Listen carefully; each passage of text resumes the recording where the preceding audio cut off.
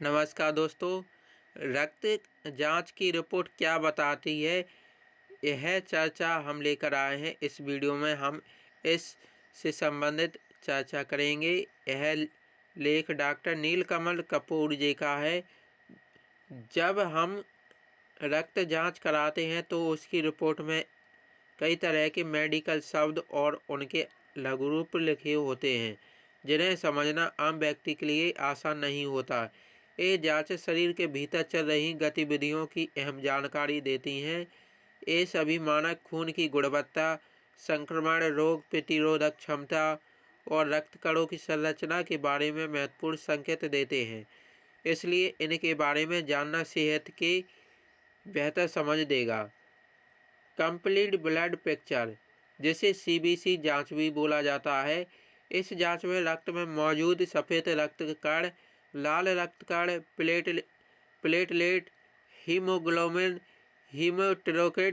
हीमोटोक्रिट और RBC indices की जानकारी मिलती है। यह जांच रोग की पहचान और उपचार में उपयोगी होती है।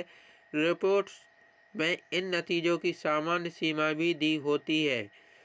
यदि परिणाम सीमा के भीतर हो तो उसे सामान्य माना जाता है, जिसे नॉर्मल कहा जाता है। कई बार सामान्य सीमा भीतर भी फर्क दिख सकता है। यह फर्क सुबह और शाम के सैंपल से लेकर सैंपल लेने के तरीके आदि किसी भी कारण दिख सकता है।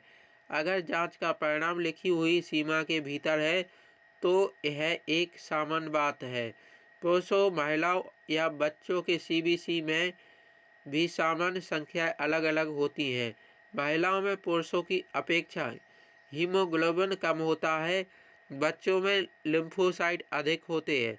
चिकित्सक इन सभी बातों को ध्यान में रखकर ही इलाज करता है। हीमोग्लोबिन हीमोग्लोबिन शरीर में रक्त के माध्यम से ऑक्सीजन को पहुंचाने का कार्य करता है। हीमोग्लोबिन की जांच के लिए उंगली में सुई चुभोकर रक्त निकाला जाता है। बहुत नन्हे बच्चे की एड़ी से भी एक बूंद रक्त लेकर यह जांच कर ली जाती है। कमजोरी लगना, खून की कमी होना, जिसे एनीमिया कहते हैं, का पता लगाने और उपचार के लिए हीमोग्लोबिन की जांच बहुत आवश्यक है। इस जांच से व्यक्ति के अनगिनत अंगों प्रत्यंगों की बीमारियों का पता चलता है। गर्भावस्था में जिन स्त्रियों को माहवारी में बहुत रक्त आता है, उनके लिए भी हीमोग्लोबिन की जांच आवश्यक है। अगर किसी के चेहरे की रंगत फीकी दिख रही हो, उसे कमजोरी लगती हो, तो सबसे पहले उसके हीमोग्लोबिन की जांच कराना चाहिए। टीएलसी या टीडब्ल्यूबीसी मनुष्य के रक्त में बड़ी संख्या में रक्त कण होते हैं, जिनमें श्वेत रक्त कणों को ल्यूकोसाइट या व्हाइट ब्लड सेल्स कहते हैं।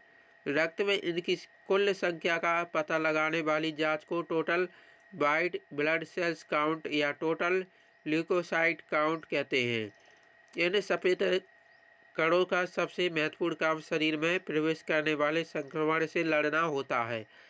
इसकी जांच कराने से पहले यदि कोई दवाइयाँ ले रहे हो तो उनके बारे में पैथोलॉजिस्ट को बताना चाहिए, क्योंकि कुछ दवाइयाँ रक्त कणों की संख्या को घटा या बढ़ा सकती हैं।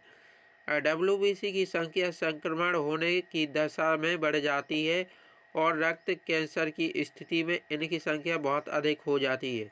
इनकी संख्या का घट जाना भी कई गंभीर बीमारियों के कारण हो सकता है। डीएलसी हमारे रक्त में तरह तरह के रक्त कण होते हैं। उनमें से एक है सफ़ेद रक्त कण, जो कई प्रकार के होते हैं।